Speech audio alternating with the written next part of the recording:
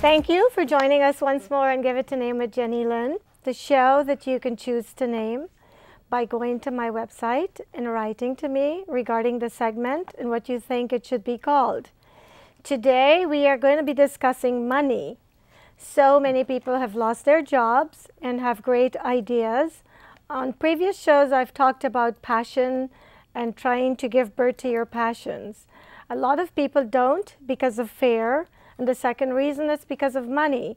So today I have two gentlemen who can probably help you to get that if you have a great idea and you present it well. So I'm going to introduce them, and I'm going to start with the person on my immediate left, Kanngiesser, and then Jeff Clavier. And I hope I haven't ruined anyone's names. So gentlemen, I know that your Saturdays mean so much to you because you work so hard, and I'm grateful that you've taken the time to come here and try to provide answers for questions that people may have regarding how they can get money.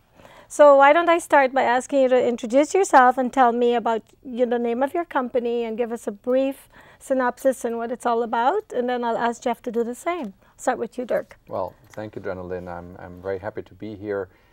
Just quickly, I certainly haven't brought any money, nor do I necessarily have a lot of money in the larger context. But what Jeff and I are doing is we are part of the value chain of money, basically giving money to companies, and in this way to very young companies, which is, of course, here in the Valley very much known under the venture capital term.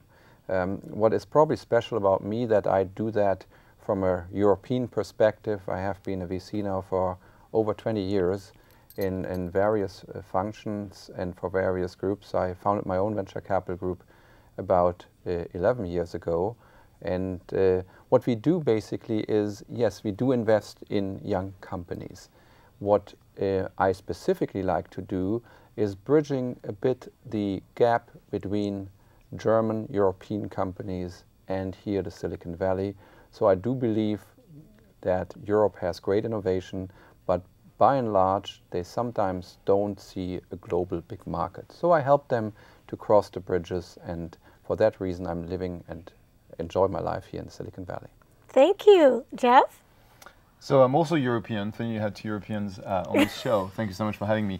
So I'm French and moved out here 11 years ago to become a venture capitalist, the thing we're going to talk about.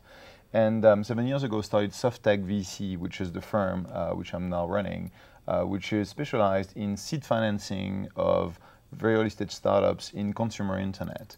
And we've backed to date 110. Wow, very impressive. So I don't know which one of you would like to answer this question, but can you explain to my viewers what venture capital is for people who don't know? He's been doing it for 20 years. Oh, you are much younger.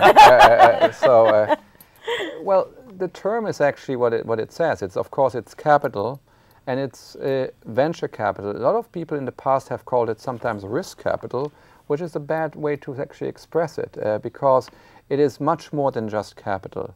It's giving companies money at the stage where there is uncertainty, right, of the future. Right. But there's great opportunities. And Okay. what we like to see actually is we don't want to focus on the risks. We like to focus on the opportunities. And therefore we see that we, as providing not only really money, what we provide much more is the help and the experience of supporting these entrepreneurs in their growth phase. Okay. And I think awesome answer, because in France we call that risk capital, capital risk, not venture capital.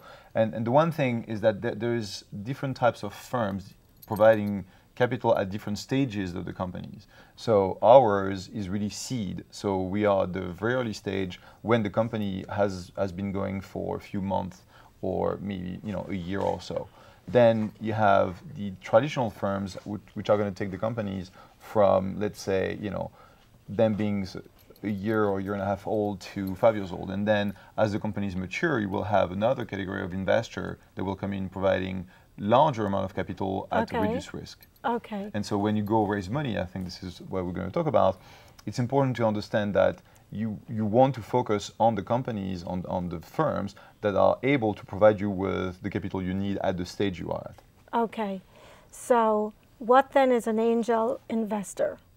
So the angel investor is the person who invests his own or her own capital. So when I was myself a business angel, I was essentially investing out of my own pocket in chunks of $25,000 or $50,000 in companies that I thought were interesting. And typically you do that as part of a syndicate. So you bring together a group of angels, and collectively they invest in the company. VCs, venture capitalists, will invest other people's money. And so we will raise ourselves from pension funds, from different types of sources to create a fund which will have, ours currently is 35, that could be 150, a billion, and you will then take that fund and invest it into a portfolio of companies. I see. Thank you so much, Jeff. Dirk, do you want to tell us what's the right way to raise money from a venture capitalist? Because so many people want to, they just don't know how to go about it. And I've heard where people put a business plan in, and I've heard venture capitalists say they just put it down after they read the first paragraph. So I guess what I'm trying to get at is, what are you guys looking for within the first paragraph that you would read the rest of it and hopefully write the check? Well, I think the first thing I would say is actually people need to prepare that they might never raise venture capital, because the percentage of companies who apply or seek venture capital and the ones who get it is actually very minimal. So while there is a great ambition to do so, one should also always prepare for alternative ways. We call it, for instance, with a term called bootstrapping, which is a term which actually is very well understood here among many young startup companies, where you use basically very little money you generate from your initial customers to finance your company yourself. That in many ways is probably the easier and much better way to finance. Venture capital is in its different stages, is really only for companies who can and have the opportunity to become a very large enterprise. So the idea in the initial phase has to be very big and very convincing. The team has to be very big in its convincing of their own ideas. So I would say, I'm not avoiding your question, I know, but I just wanted to say the best way, of course, is therefore learn from others, right? I mean, talk to other people who already have raised venture capital, and this is a process, right? You need to actually understand how it is, and don't get illusioned because at the beginning you would do it all wrong, right? But be patient and hang in there and never give up. Would you like to add to this, Jeff? Sure. So it's unfortunately an answer which can take 10 minutes, so I'll try and cut it short. Okay. So many people sort of think that putting a business plan together is the way to do it. And the business plan really is an exercise that an entrepreneur might choose to do for himself and his team to figure out it's the positioning, the marketing strategy, the product that they want to build, and a lot of things. But typically us as a venture capitalist who are going to see hundreds of plans of this sort a month can't really sort of read a 50-page document every time. So what we typically ask is to receive some kind of a summary, executive summary we call that, which is sort of a 2-page description of the opportunity, the team, why this team is excited about the opportunity, why now, how they're going to get to market, and what sort of financing they require. And in our own space, which is consumer internet, the best way to demonstrate what you're up to is to send us a link to a website or to a mobile application that demonstrates what you intend to build. Because in a world now where building a company, will take a few $1,000s or a few tens of $1,000s in our sort of vertical, we assume that the company is going to figure out how to get this initial capital to build the very first version of the product. So we don't, like it used to be, we no longer sort of invest on PowerPoints, because it's easy to replace the PowerPoint by something which is almost, live and running. And what people don't understand also is because we get so many sort of direct access emails or phone calls, the best way to reach us is through someone who's a common sort of contact. So if we find someone in the network who's going to be, you know, well known to us and knows the person who wants to reach out to us and uses his or her own political or social capital with us to say, I know this person, this is interesting, you should take the meeting, then the likelihood of getting that meeting will go incredibly higher. I see. And so those are the two first steps that you want to go through. Okay. So this is kind of a risky business for you guys too, right? Because if you invest in a company and it flops, then we lose money. Your money is just gone. Mm-hmm. So now I get why it's so important that, you know, you're really convinced that this is a worthy cause you're investing your money in. Yeah, you know, if you look at the statistics, that's what makes sort of this job so interesting, is that every time you're gonna say yes to someone, and we say yes, 0.5% of the time, roughly, meaning we see 200 to 300 entrepreneurs, and we're gonna say yes to 1 or 2 of them, maximum. And already, we actually invest quite a bit. We do 20 investments a year. And every time we say yes, we believe that this is worth a shot, this is going to be successful, knowing that it's really, really hard. And if you look at the statistics, we're wrong, you know, 20, 30% of the time. Right? Really? But I think what you just mentioned, of course, it's risky for us compared to the risk what an entrepreneur does and takes to build his company. I think our risk is somewhat diminished by that we have a portfolio of many investments, and some really should not work out, because if they would all work out, we probably wouldn't have taken enough risks from our side. So we do have to live with failures.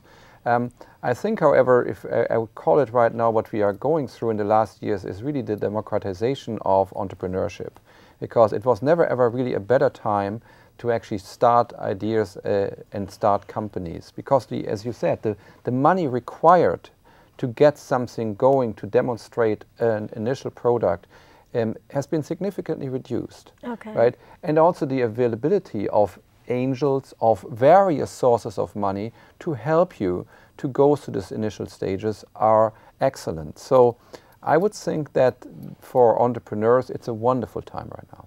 I was going to say, I was thinking as you were speaking, so many people have lost their jobs that people are almost being forced to become creative and to give energy to their creative abilities and to try to make their ideas blossom into something.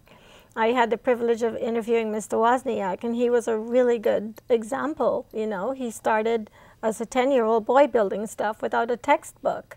And he loved so much what he was doing and believed in it that he launched Apple. He was one of the co-founders. And so I see now, I have so many friends that are unemployed, that people are trying to come up with their own ideas because they realize in working for other people, you don't have much job security. So the best thing is to have your own company. What does the process involve? From the time you have the idea, you get the staff on board, and you need the money. What happens then? They come to you, you look at it, you're impressed, you think this is a worthy cause. What's the process from there? So, so that person has gone through the initial funnel, which is found someone to refer us to the investment. We sort of review the executive summary. If we find it intriguing, sometimes we'll ask for the presentation, the deck, the investor deck that is a 10 to 12 to 14 slides of series of information about the opportunity, the team, how some of the mechanics that they plan to use to get the company from ideation to an actual company. And at the end is sort of some information about the money they want to raise.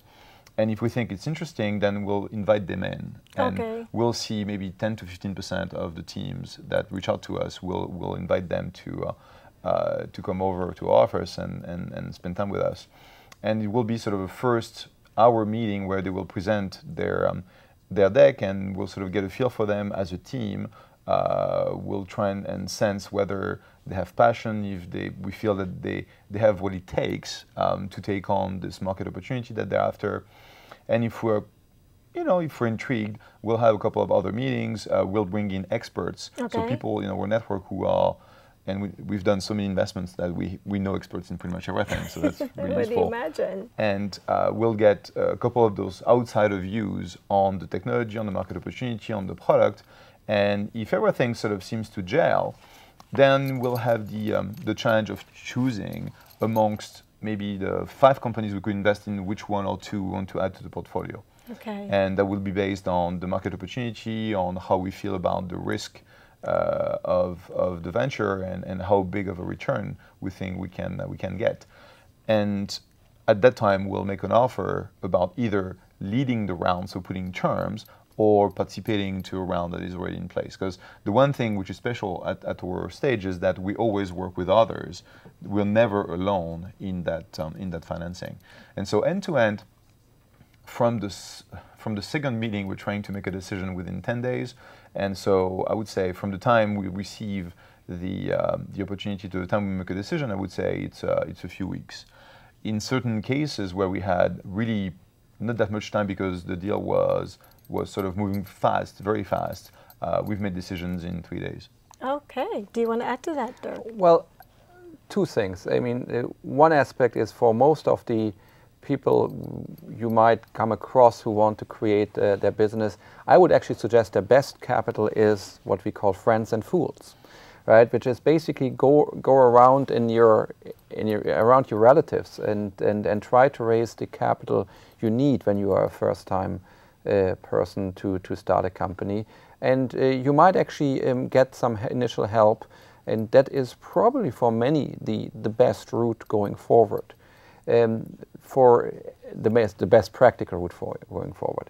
Also, I must say, to contradict myself to something that is the best time to entrepreneurs, for many it's also the worst time, because what the world has now moved to is to easy swallowing, easy understandable, fast moving, fast go to market ideas, fast go to market products. What has come short, which is actually what the Silicon Valley originally was all about, which is hardware complex deals where you have to have a lab, where you have to do maybe 2 to 3 years of core R&D. Right. And these kind of initiatives actually just fall short because venture capitalists do have to go for the easier opportunity. That's just a logical and natural way to think about it. So if you think about how much money recently has moved into what I call the more complex investments, that is unfortunately reducing, and for these kind of entrepreneurs, the world has become more complex and more difficult. And I couldn't agree more with Dirk. And yesterday actually had one of those meetings where I was visited by a team of entrepreneurs who are building a quantum microprocessor. And they've been at it for almost 8 years in research. Now they want to go ahead and get it out of research and the labs and get it into a commercial state. And they need funding for 3 years, to get to the very first commercial application of a quantum computer, which is sort of sci-fi, almost sci-fi type nature, because by definition, it's very, very, very hard and very advanced. And they came to me because they wanted to have a chat with me as to how they could potentially slice their funding needs, right, taking advantage of all this eventual money which is floating around. But the problem is that they've, like, the minimum they need to raise is like 3.5 for a small milestone and 10 million for a big milestone. And we just don't do that because it's not the kind of money that we can invest, even as a very large syndicate. And so, unfortunately, the fact that it's very easy to raise a small amount of money has led to, just an explosion of Me Too companies and feature companies, things which will not create a Facebook or a Microsoft or an Intel, companies which are worth multi-billions of dollars. And that's kind of, I'm all for supporting entrepreneurship, but sometimes I'm just sad to see, the 150th version of a daily deal site showing up in my inbox. Well, one of the things I've heard, because I've never started a company, people say when they get money from venture capital funds, firms, that they actually come in and make the rules on how the company is run. Is this true?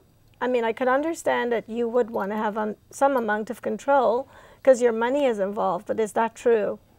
Well, of course there are rules, right? But the rules are pretty standardized these days. I mean, for instance, if you go on the National Venture Capital Association's webpage, you find standard contracts, and every entrepreneur can read them. And by and large, the rules are defined now how the engagement is. Certainly, if as this whole element of bringing money to startups is a food chain, right?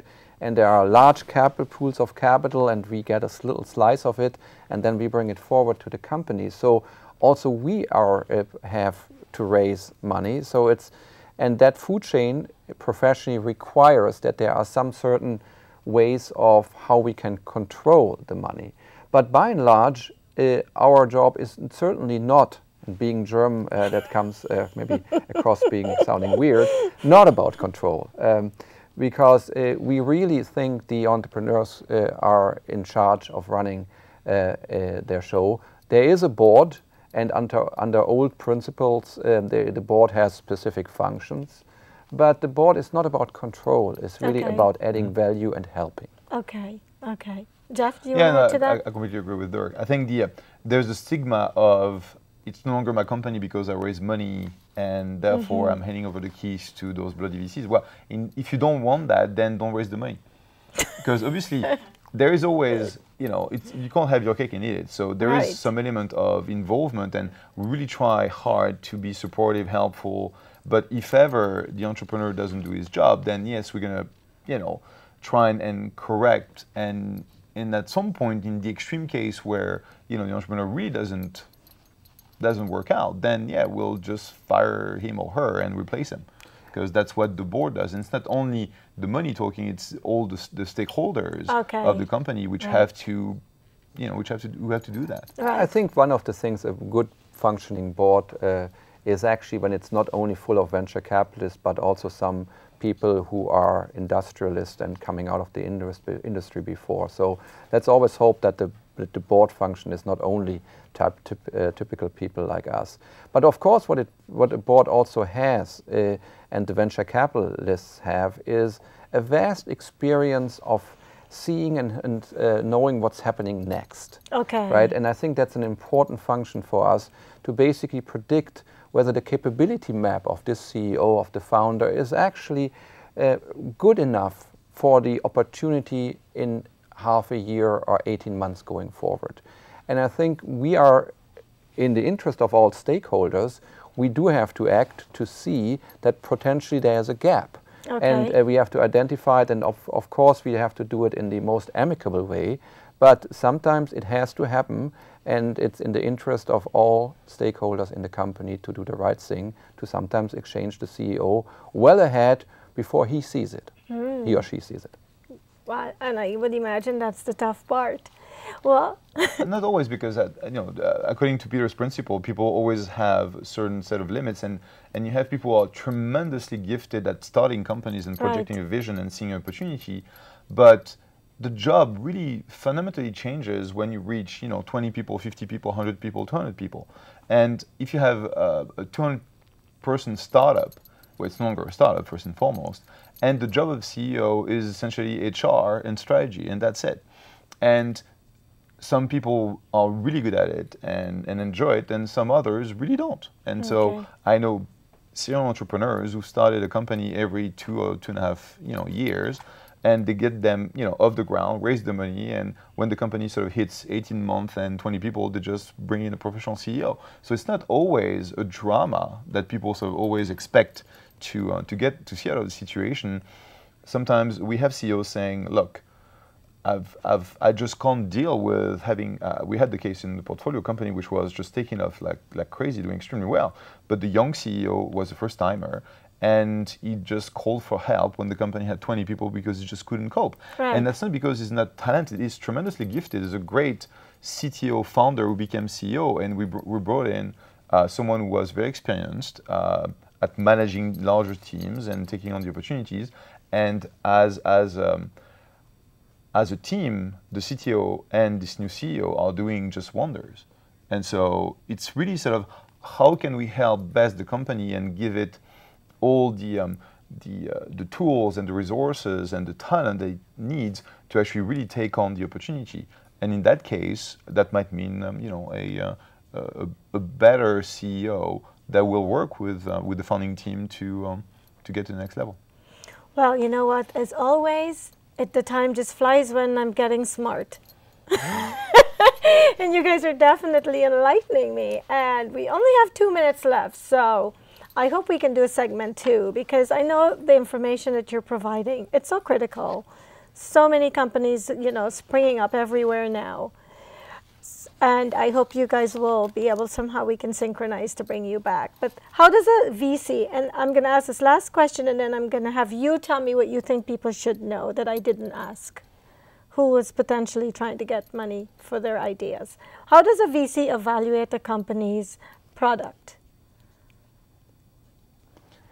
That is, of course, a question in 2 minutes, which is impossible to answer. Okay, but, at the end of the day, with all the analytics, it has to feel right here. Okay. Okay. Jeff? I agree.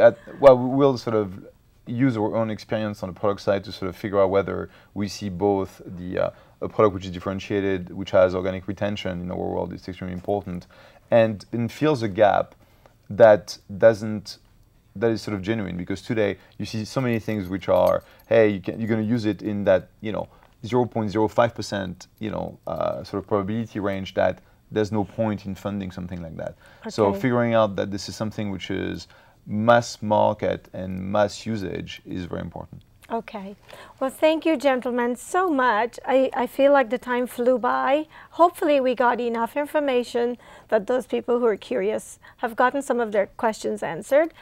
However, if you're watching this show and you've got some questions, please feel free to write to me on my website, because I am going to schedule a segment 2 with these handsome gentlemen to bring you more information in the future.